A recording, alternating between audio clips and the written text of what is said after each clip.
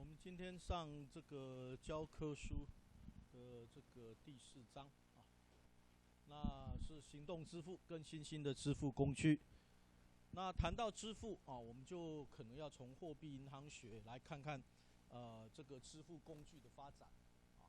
当然，这个早年啊，人类存在的时候，刚开始是以物易物啊，因为以物易物没有公权力的介入啊，而且也没有一个比较的基准。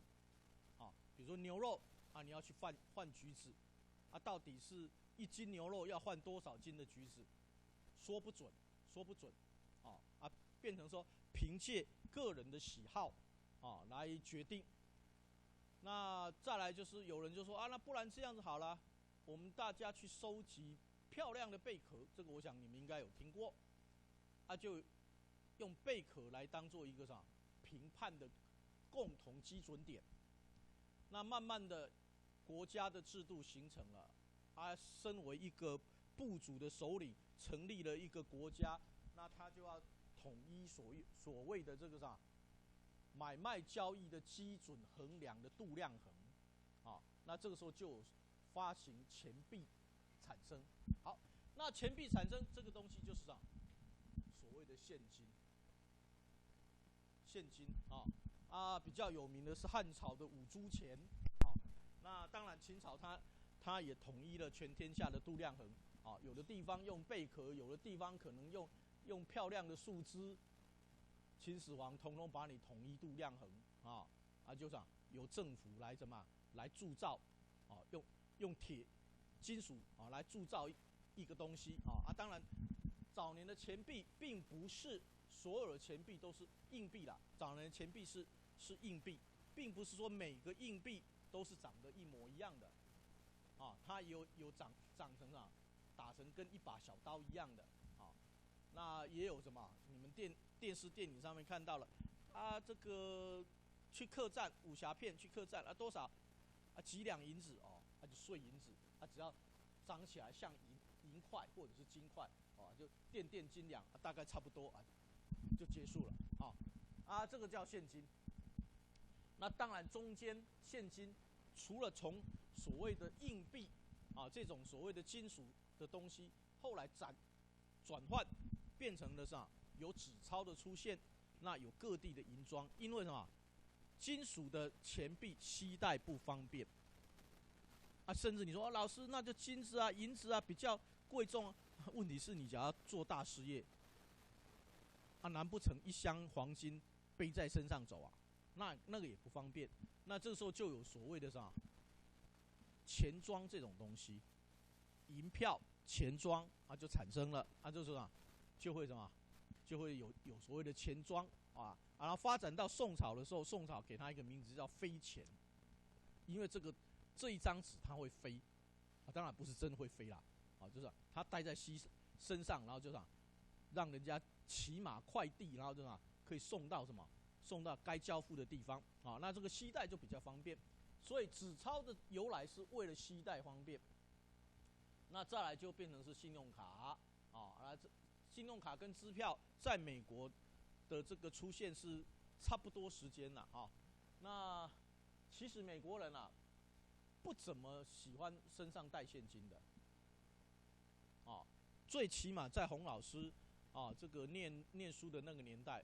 洪老师也很少身上有现金，但是就是带一本什么支票本，支票本哪怕你被抢了也没事，因为只要支票本那个底下你没有签名盖章，你的钱都不会损失，都还在银行里面。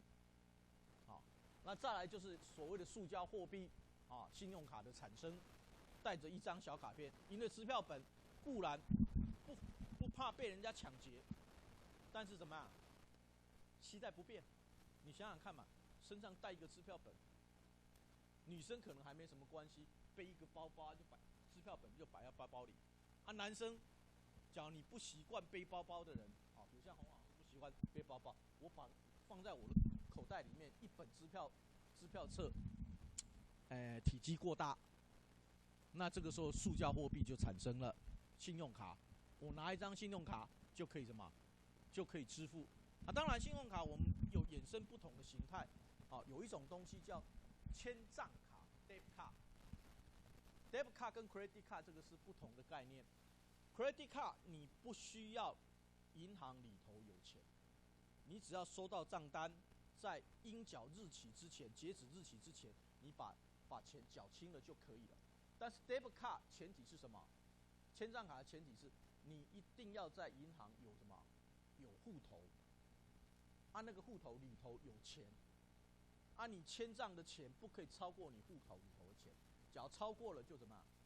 就签不动了，为什么要讲到中间这个？那个其实就跟我们现在的行动支付有关，不管你是 Line Pay、Google Pay 什么东西的，它都会对应一个银行的户口，因为他怕你没钱，好，那我们今天大概就是会来讲这些，后面会简单的带到，行动支付，那再来是电子票证。电子票证是以储值的概念来刷的，比如说悠游卡，比如说高铁的票。那再来是电子支付，就是电子钱包之类的东西，虚拟货币、以太币、比特币这些都算。那我们今天不会花太多时间谈什么这个比特币，因为我们下个礼拜就要来讲比特币了。好，现金跟支票货币被发明并广泛使用之后，就成为主要的这个支付工具。而且这个所谓的现金跟支票，其实支票是从什么东西衍生出来？从纸币衍生出来的。古代中国的纸币一张银票那形同支票那个性质比较像支票那这个部分就成为这个人类的这个使用了上千年以上。好，那信用卡大概是在上个世纪才出现那信用卡有什么优点？第一个，克服现金被抢。你信用卡被抢了又怎样？没事人家又不知道什么，又不知道你的授权码然后你信用卡签了以后，不是也要签个名吗？人家也不知道特别是早期的信用卡，不是像现在说有什么电子晶片刷过去免签单就可以过了，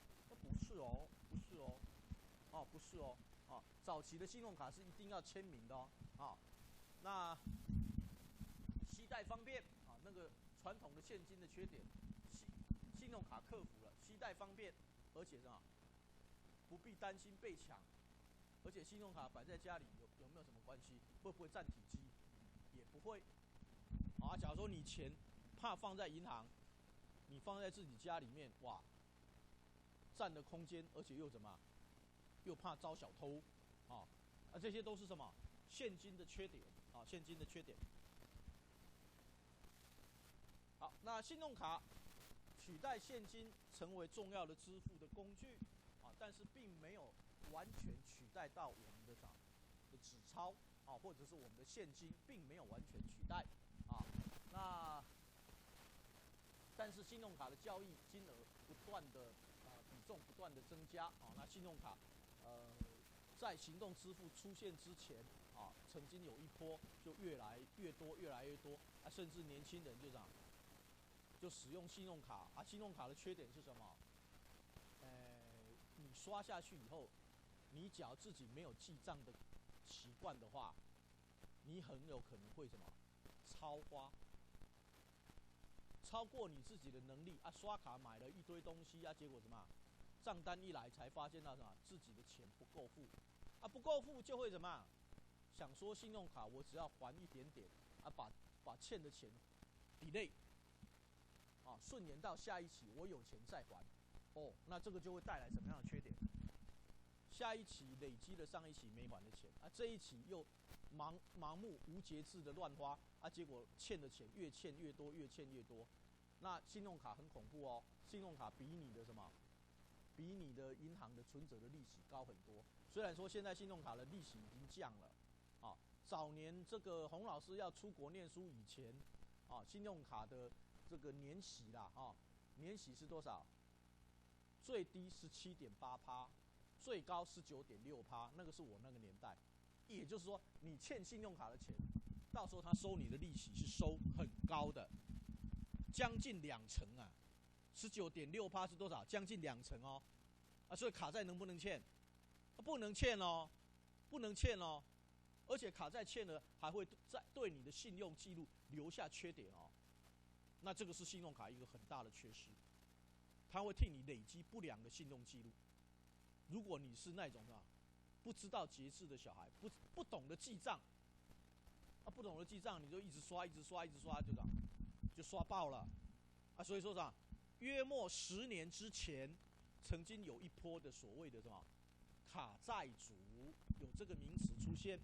那卡债族搞到最后就很可怜，要去跟银行做协商，啊，那协商完以后就这样，你的薪水每个月一进来就啥，信用卡银行就先把你的薪水扣掉一部分去还他的卡债，啊，你的钱就越变越少，越变越少，啊，所以这个是信用卡的缺点啊，就是啊，对于自制能力不好的人，你有可能会欠债，而且欠债越来越多，而且欠债的利息怎么利息会蛮高的啊。当然现在不是像童老师出国的时候的那个年代啦，啊，现在的这个信用卡利息大概7% 到9% 左右，啊，看不同的银行有不同的这个利息啊。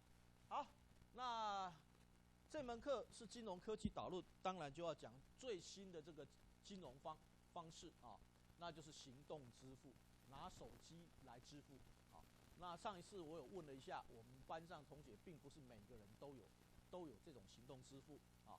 那行动支付是这个可以运用在实体商店啊，也可以运用在网络上面交易啊。那假如是网络上面交易，我们通常称它叫行动商务，也就是手机的电子商务网购物啊，就是你手机拿来啊，上个网站就下订单啊。那这个其实是电子商务的延伸啊，那也称为行动商务。而至于扫 QR code， 就是我到实体店面去买东西，然后我给他 QR code， 那扫了以后就去我的 LINE 账号里头去付钱，那这个就不是所谓的行动商务，这个叫行动支付。那行动支付的优点是啥？你不必带太多的现金啊，所以从这张图我们可以看到，行动支付可以支援实体交易。实体交易，你到店面去，你就秀出你的 QR code 啊，扫完以后就进你的 LINE 账号啊。行动商务是你自己去网页上面自己下订单啊，然后用这个手机上面的那个 LINE Pay 去付。好，那行动支付的运作程序有2个步骤，一是利用行动装置送出支付命令啊，比如说是你利用这个什么网络下订单，行动商务嘛，啊，行动商务到时候你就去扫你的什么，用电脑去扫你的 QR code， 然后就可以支付了。那再来实体店面就你就手机拿出来 QR code 给他扫，啊扫完以后就送出什么支付命令，比如说你买一瓶汽水30块啊，行动支付命令送出去了啊。假如我没记错，现在有很多超商已经接受这个LINE Pay 了。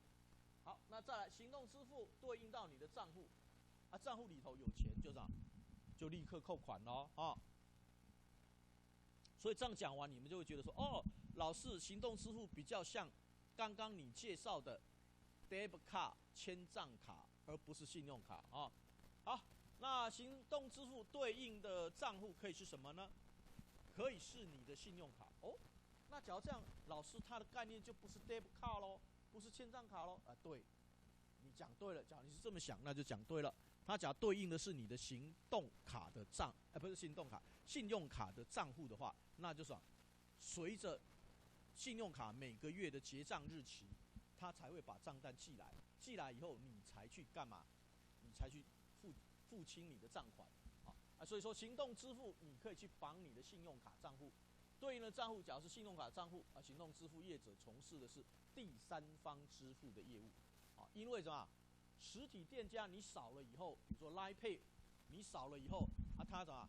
它是 Line Pay 是绑在你的信用卡，那这个时候 Line Pay 就会变成第三方支付，它会先把钱给什么？给实体店家，比如说你去 Seven 买一瓶汽水，啊，那它就会先把钱 Line Pay 就会先把钱给什么？给 Seven， 啊 Seven 拿到钱了，他就不会再炒了，啊，因为你的 Line Pay 是绑定你的信用卡，那 Line Pay 就会等到什么？时间到了，它一起记账在你的信用卡的账单，信用卡账单寄给你的时候，你就要去支付这个部分。那这个时候 Line Pay 扮演的角色叫做第三方支付业务，因为你绑的是什么？信用卡的账户啊。好，那再来，你可以绑你的活期存款，绑活期存款就比较像刚刚我讲的，叫做 Debit Card 啊。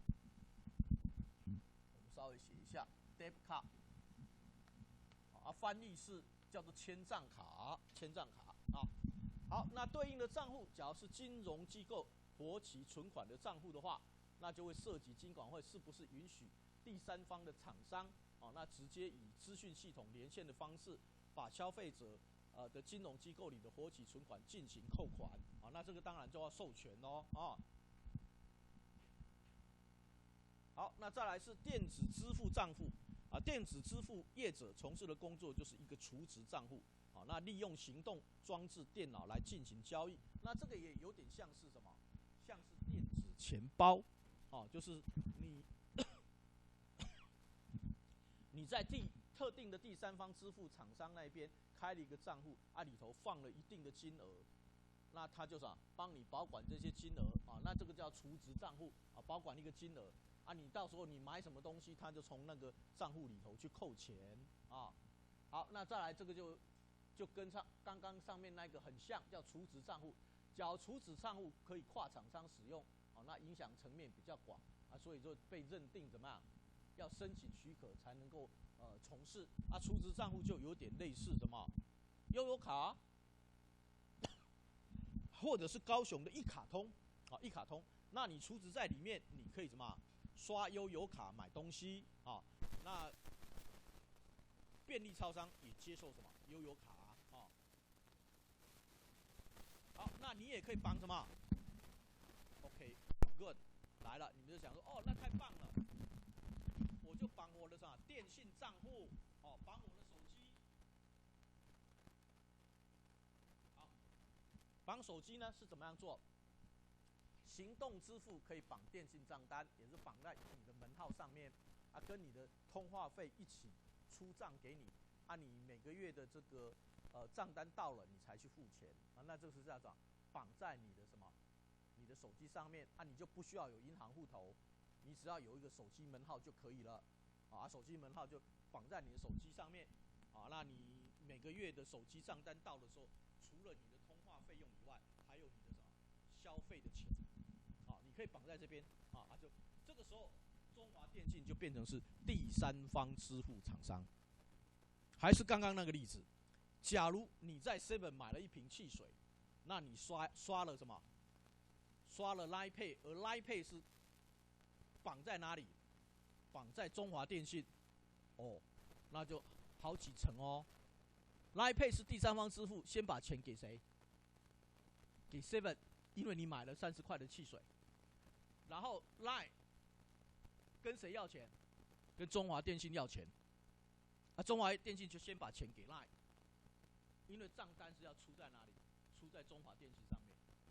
啊，中华电信到时候下个月账单就会出现，你的通话费多少钱？啊，你的手机通话费多少钱？啊，你的上网费用多少钱？还有你的消费多少钱？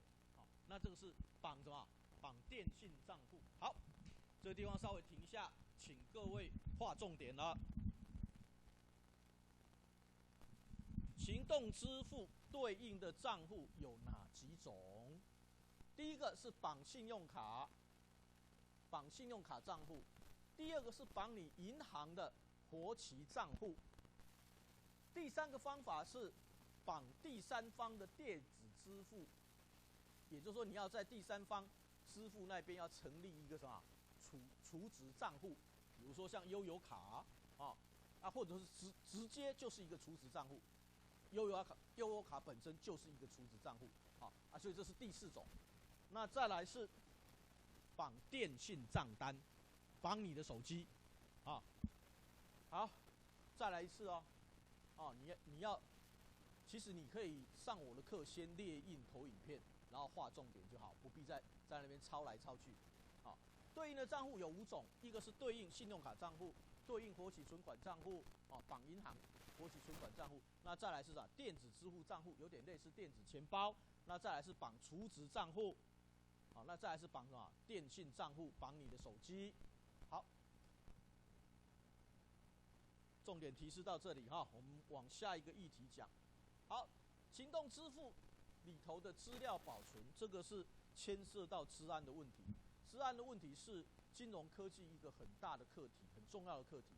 假如这个治安的东西没做好的话，你推出来金融商品，没有人会信任，没有人敢用。那所以怎么？资料要怎么去保存以防被偷？你扫 QR code 的时候，钱付出去，你会不会担心中间怎么样被人家截取，然后被人家变造？我明明买了30块的汽水，结果变300块，你也怕不是吗？好，那我们来看看资料的保存。第一个叫加密晶片，第一个做法就是使用加密晶片。那行动电话的硬体上面使用特制的加密晶片，也就是远传、中华电信或者是甚至是台哥大，它给你的晶片上面它就有加密的功能那把信用卡的资讯储存在加密晶片里面，那这个是啥？最为安全的储存方式，除非你的晶片被破解好，那这个是叫做加密晶片。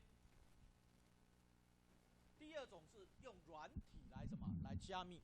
一般来讲，资料离开你的手机，刚刚那个加密晶片是啥？让资料在你的手上，你的手上的资料不会被人家窃取，人家进不来，没有办法偷你手机的资料。但是当你透过网络送出去的时候，我们的资料就要用什么？用软体来加密，让你送出去的资料封包不会在网络传送的过程当中被人家拦截、被人家破解。那这个部分是啥？送出去的过程当中用软体加密。那 Android 的手机它会支援 Host-based Car Emulation 那使用软体的方法，帮你的资料锁成一个一个的封包。那这个时候就要什么？就要去对应公钥跟私钥，公用钥匙跟私人的钥匙这2把钥匙核对、比对没有错误，对方收到你的那个30块的汽水的那个单子要付款，他才会确定没有问题，公钥私钥都对，所以我就下达付钱的指令因为资料没有问题并没有被篡改成为300块就是30块的汽水过来确定当然也有可能是要确认是不是本人，哪怕是30块是小钱，他也要确认是不是你本人发出来的，而这些都是用什么？软体加密。是这个人，那这个人那这样30块汽水就应该要付钱，付钱付给谁？付给7就是说，假如你是挂在 Line 上面，Line 就先帮你垫等到时间到了是吧？账单寄给你，你再来结账好，那再来，特制的加密行动电话门号 SIM 卡，把信用卡的资讯储存于行动电话的 SIM 卡那这个跟刚刚第一个有异曲同工之妙只是说一个是加密晶片一个是加密的 SIM 卡好，那这张图也有考题假如你不想下载的，你可以拍照，但是其实投影片都在上面，你们就直接下载就好了这个也是一个考题，待会我还会拉回来就是说如何保存行动支付里头的资讯也就是所谓的治安的措施有哪几种？第一个是加密的 SIM 卡，加密的这个晶片卡加密安全的晶片单元。那再来是绑定电信门号或者是加密后储存放在手机的空间，或者是加密后储存在云端那这边是特殊的晶片卡这2个里头没有刚刚没有讲到的不是里头，刚刚没有讲到啊，这边还有个绑定电信门号，所以有1、2、3、4、5、6，有6种啊。好，那加密的 SD 卡，某些手机支援 SD 扩充卡，那也就是啊，你的资料不是藏在 SIM 卡，而是你自己买的扩充卡里面。那因此可以特制加密 SD 卡，把信用卡资料储存在什么行动电话的 SD 卡里面。再来是绑定手机门号，绑定电话号码，只有特定的电话号码所传送的交易资料才会被接受。刚刚我们不是讲要确认是你本人呐？所以说你那个30块的汽水钱赖接到了以后，这个电话号码是对的哦，是某某人哦。某某人在超商里头买了什么？买了这个1瓶汽水哦。好，那我们就把汽水的钱给谁？给 Seven 啊。好，这个是第5个。那第6个呢？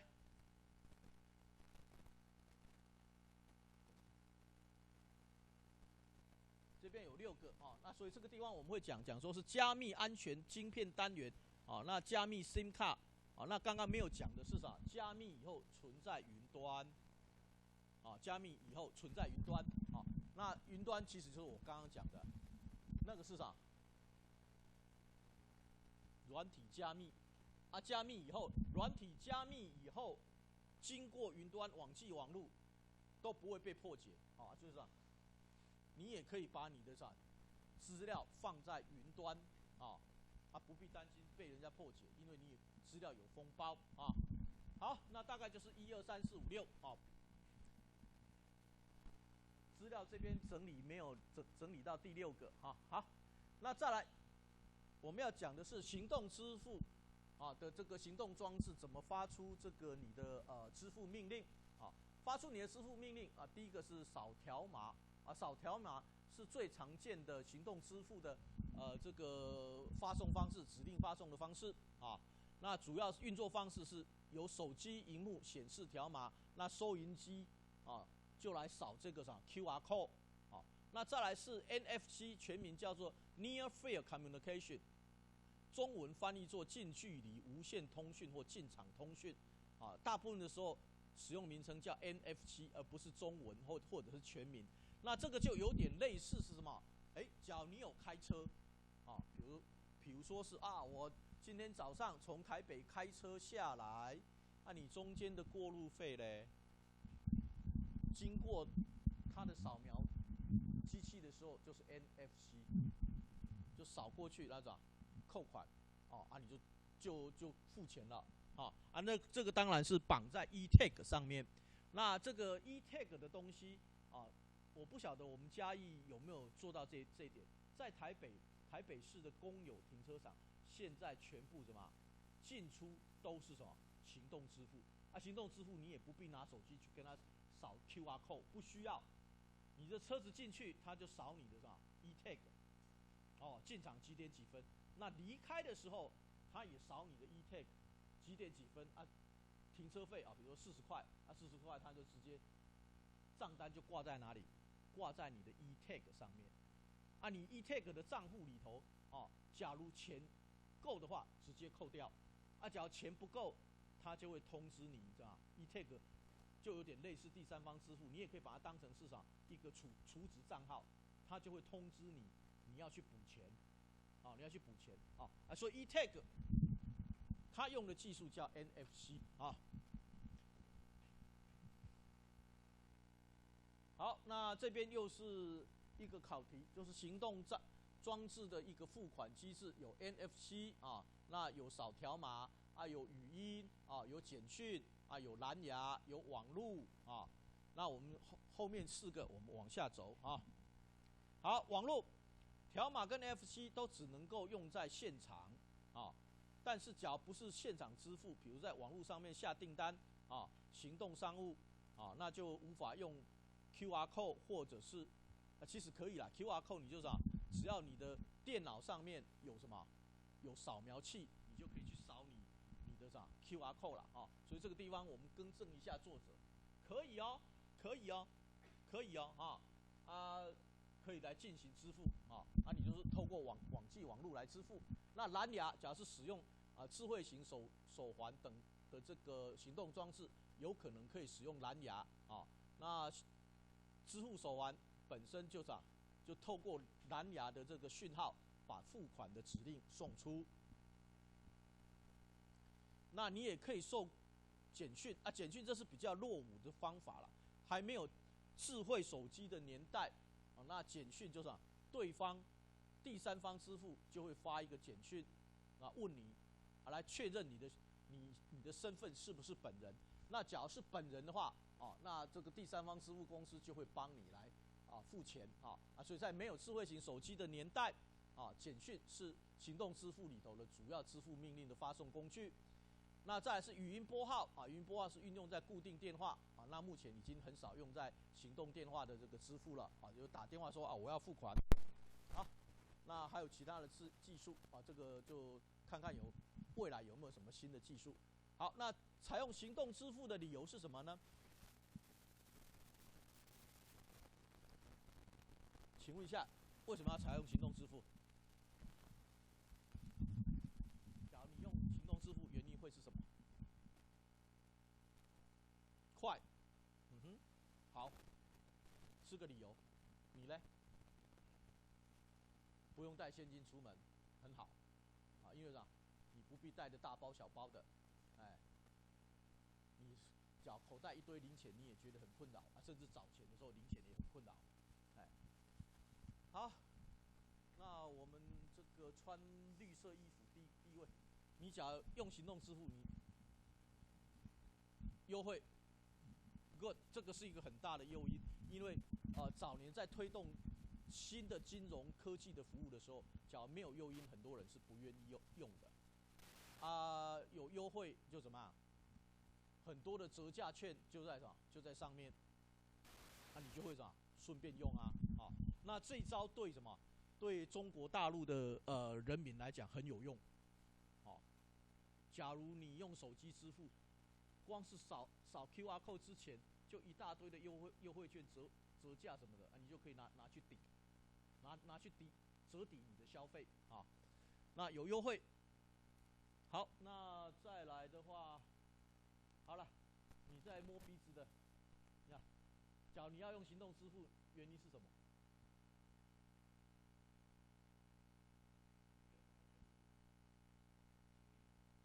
那就跟刚刚这边有一位同学是一样的，不想带太多现金。好，那我就不要再问了。还有另外其他各式各样的原因，其中一个叫啥？很酷，很炫，大家都在流行，就好像说最近在流行什么？哇，好酷哦，好有才哦，脑筋转得真快哦。洪老师在讲什么？2天之内就可以赚多少？27000呢，好有才哦。鲑鱼因为这个 YouTube 上面有一个人受访，他2天赚了27000，怎么赚？怎么赚？请问一下怎么赚？消息出来的第1天，他就已经去吃了，他就在网络上面发布讯息，因为去寿司郎吃可以开1桌，吃几个人？6个人所以怎么样？所以他就改名了在网络上面放出讯息揪团去寿司郎吃1个人怎样？你们反正跟着我去吃就不要钱，1个人收300块到500块不等。别笑，你们网络去查有没有这个消息？有啊，这位仁兄，他拼酒厂，因为他在新北，台大的学生，够聪明吧？哇，好有才哦！短短2天赚了27000呢。因为寿司郎在台北有8家分店，新北还有分店，所以知道他就在网络上面揪团，然后问清楚大家不同的时间，然后吃完这一摊吃下一摊，他就赚了27000。我不晓得到底有多少人去吃啦，反正只要这样算，他2天，因为那个活动只有2天，他赶了18场。那我们不要讲说是他白吃那些鲑鱼啦，那个是店家的损失，寿司郎的损失，那个我们不算。我们是说他自己讲，他这样子是赚了2万7了。那我就不知道他到底有多少人报名然后他一个人给他收多少，讲是讲说收300到500啦。好了，问你了，假如中正有人改名叫鲑鱼，对了，你改名叫鲑鱼啊，揪团要去吃免钱的啊，你只要付个300到500，你愿意吗？吃到饱哦，你愿意吗？付个300块到500块，寿司郎吃到饱，你不要？有没有要的？当然了，这个已经过了，这个活动过了。你愿意接受人家邀请？你没有改名哦，我要先讲，你没有改名哦。你没有改名，你会接受人家邀请？人家网络上面 po， 你只要给我500块，然后怎么样？去寿司郎大吃一餐的，你愿意的请举手。OK。所以台大的学生很羡慕这位仁兄，哇，好有才哦！这样2天就赚了2万7啊！他自己讲的，不是我讲的，不是洪老师讲的，他赚了2万7。那当然有悲剧啦，这个我们就上课当笑话，跟金融科技无关。有人就悲剧了，因为他不知道小时候爸妈帮他改过名字。那位仁兄姓张。那个网络上面你都找得到，那位仁兄姓张，张鲑鱼之梦是吧？张鲑鱼之梦，那个改不回去，改不回去怎么办？洪老师告诉你有破解的方法，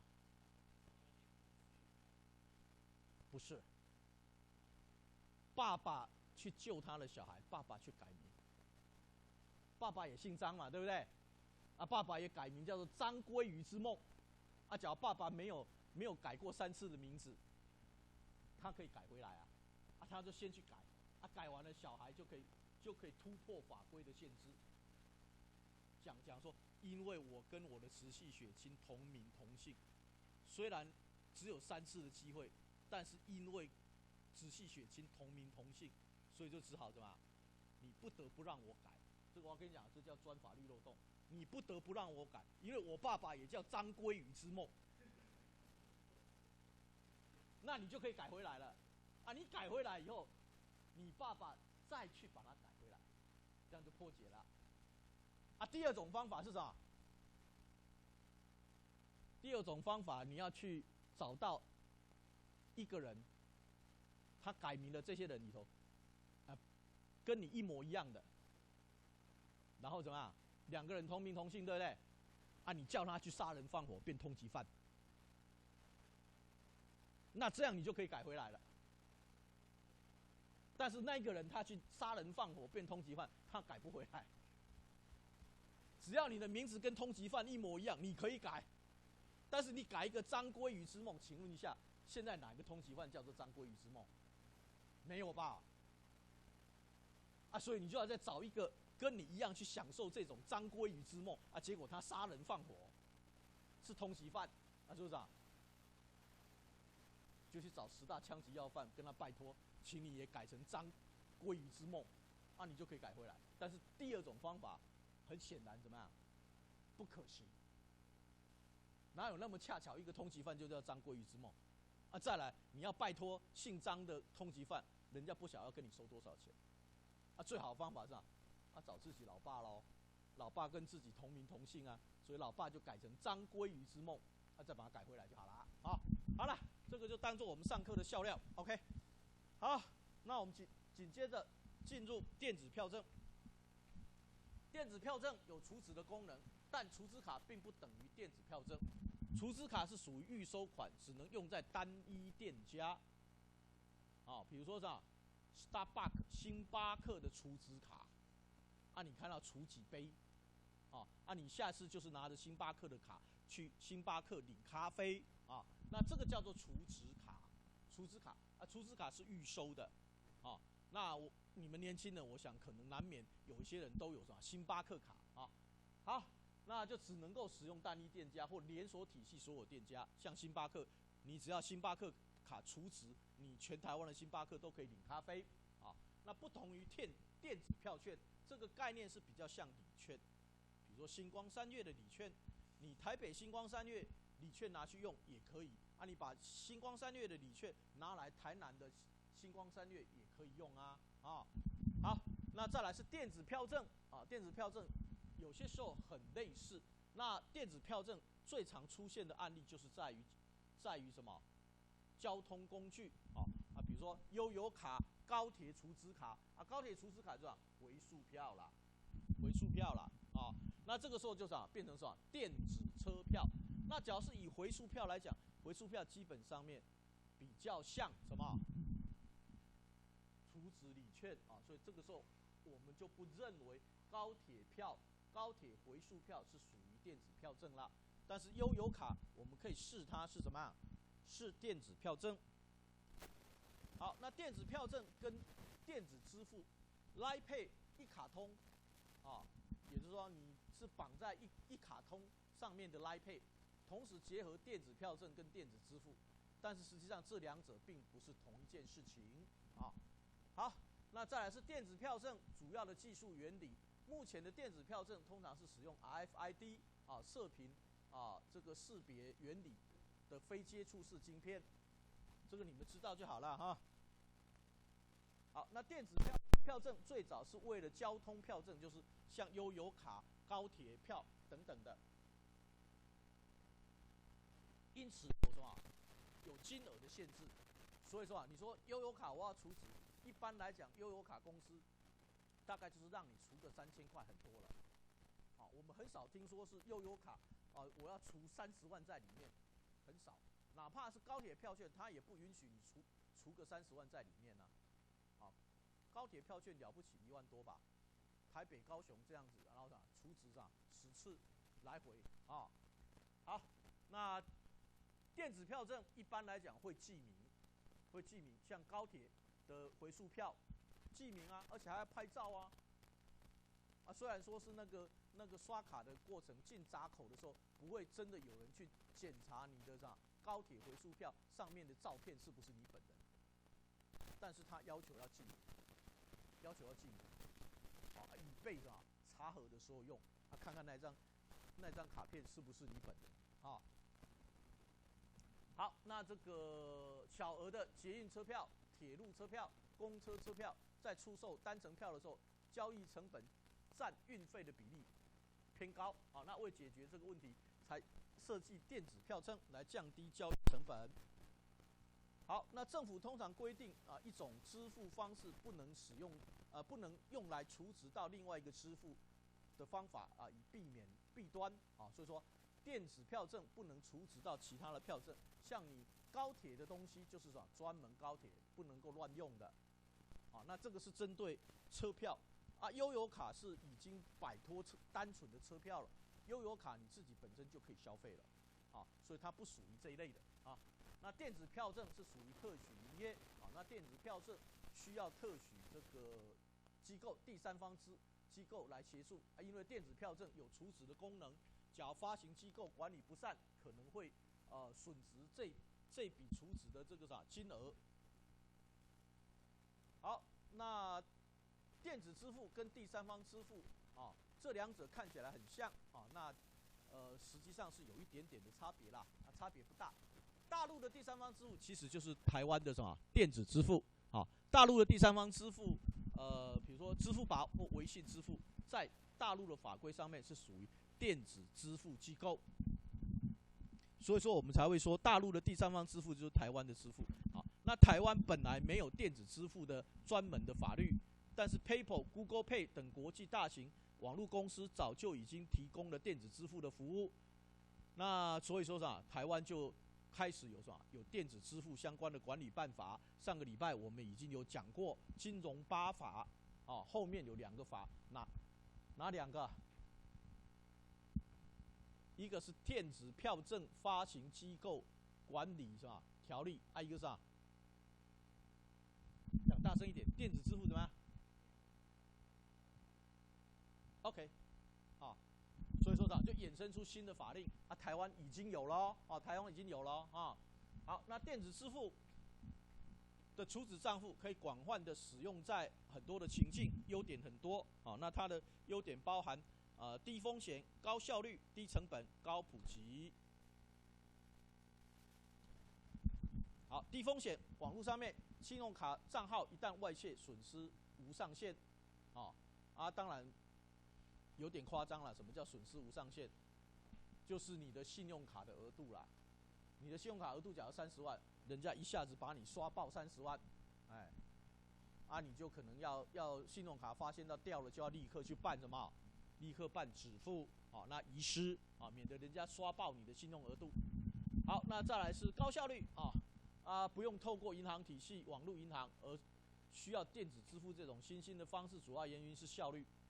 就网络上面验证一下第三方机构像 Line Pay， 它就会把钱送给 Seven 你在 Seven 里头刷卡好，另外从低成本的角度那金融体系、网络付款方式、信用卡收款的成本大概是1%到5%那是由卖方来负担。那较大的金额付款的时候，交易手续费总金额其实是相当高的那如果是用行动支付那个其实1%就很多了好，那再来，虽然信用卡也可以用在网络消费，但是金融体系发行的信用卡不见得怎么样，每一个都收。比如说 American Express， 很多人不收美国运通卡很多不收的甚至日本的JCB 卡很多地方也不收当然，假如以信用卡来讲，最有名的是 Visa 跟什么 Master 这2个假如你是其他机构发行的信用卡，人家不见得会收好所以说它比信用卡普及性来得高好，那再来，消费者可以收受款项，而不是只是单纯的支付假如你是用行动支付，我不是有讲过如果是你跟朋友一起聚餐，聚餐完以后怎么，大家要均摊的时候，就一个人刷卡就好，其他人就直接 Line Pay 把钱拨过去朋友的Line Pay 的账户里头就好了，就省去找零钱大家要来勾搭取各付各的时候在那边这个找钱找的这个很头痛所以他可以收受款项你可以接受什么？接受人家把钱拨给你甚至以行动支付来讲，现在大陆的京上、广深这4个城市的这些爷爷奶奶、爸爸妈妈因为刚过年所以说我就讲这个议题，他们流行用什么？用支付宝给儿孙怎么样？压岁钱因为 COVID-19 所以很多就不回去找爷爷姥姥啦，因为怕传染 COVID-19 这个远端爷爷奶奶要给压岁钱，就是支付宝支付宝直接拨给儿子孙子好所以说行动支付可以收受款项那再来是有很多的企业想要来经营这个行动支付比如说庙口啦或者是其他的像你们做的案例里头有 Google Pay 什么 Pay 一堆的Bigo Pay 甚至是庙口支付，这些就是因为利益高，只要借由资金的支付就可以创造利润那而且又不需要像成立银行一样有很高的资本额的门槛那这个大概是为什么这些人想要成立第三方支付的公司好，紧接着虚拟货币虚拟货币这边泛指因为比特币的这个问世而延伸出来的一些数字货币，它在现实当中并没有这样子的一个硬币在那当然这个东西以比特币来讲，目前已经有很多的的这个单位或者是机构说他们愿意接受比特币，那问题是比特币你怎么支付怎么收？我不是曾经讲过，全家莱尔富都说他们愿意接受比特币，啊，怎么找钱啊？啊，老师简单啊，就是数字上的啊。我有1块钱比特币啊，我买一瓶汽水，我变成0.9999999999，那怎么算啊？每天的价格不一样哎。上个礼拜我来讲比特币的时候，我不是说涨到6万1了吗？啊，结果现在又跌回5万8，比特币又跌回5万8。啊，所以说啊，这个你怎么算？一瓶汽水，啊，比特币我是到底要付昨天的比特币的价格，还是要前天的，还是今天的？啊，你要当下去查，啊，秀给便利超商的店员，我比特币现在值多少钱？我值6万1呢，啊，值6万1就是相当于多少？相当于这个180万的台币呢。哦，啊，你要怎么算？0.9999999999，那我告诉你，问题就来了，你的小数点能取几位啊？所以我就说便利超商那个叫做找自己麻烦，因为当你会计在入账的时候，0.9999999999的比特币啊，最后它会四舍五入变成啥？1块比特币。啊，假如是这样的话，拿比特币去便利超商买。永远不花钱，听懂意思吗？因为最后结账的时候，四舍五入，他还是回去0.99999，还是回去1块钱比特币。所以我告诉你，那个叫噱头。便利超商不知道自己惹了多大的祸事，拿比特币的那些钱1毛都拿不回来，因为到时候账结完了以后，这样他又回去1块钱，等于你没有拿到就对了啦。你拿到0.0000000001的比特币，啊，当你系统在结账的时候，就变成我收到0元的比特币。实际上你有收哦，你是说0.00000001，啊，真的在结账的时候是啥？啊，就视同收到0个比特币。还好啦，我们国内有比特币的这些人不会真的拿比特币去干嘛？去买汽水啦。啊，假如真的要钻漏洞的话，那些鲑鱼们应该更有才。我赶快去买，花个180万，以后我在便利超商就永远喝不完的汽水，都不要付钱。这个我不晓得台大的学生有没有想到啊？因为听说这次改名最多的是什么？台大的学生。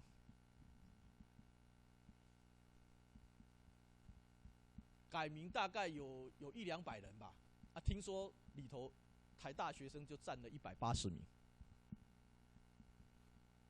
我儿子台大机械的，他同班同学里头就有3个改名了。那我女儿的闺蜜，台大法律系的女生，她们台大法律系也有2个改了。啊，光我的小孩认识的就5个台大学生改了。那我是不晓得我们嘉义有没有，我想嘉义应该没有了，嘉义那个诱因不足，为什么？没有寿司郎，没错。嘉义有寿司郎吗？没有，所以说中正大学改名的应该很少。你有去改成鲑鱼之类的，请举手，有吗？没有啊，因为我们没有诱因啊。啊，寿司郎这个东西在台北就有8家，那新北还有干嘛？台大旁边就有1间哈。同一家店只能1次，你不能说我早餐去吃，中餐也去吃，啊，晚餐也去吃，一家店只能1次。啊，所以台大的学生很有才啊，网络风声放出去，然后就开始排时间，啊，一家店这样子跑，啊，每个人收个500块。啊，你的寿司吃到饱，哎 ，OK， 好，比特币我们下个礼拜再讲，好不好？那我们就现在赶快进入我们的这个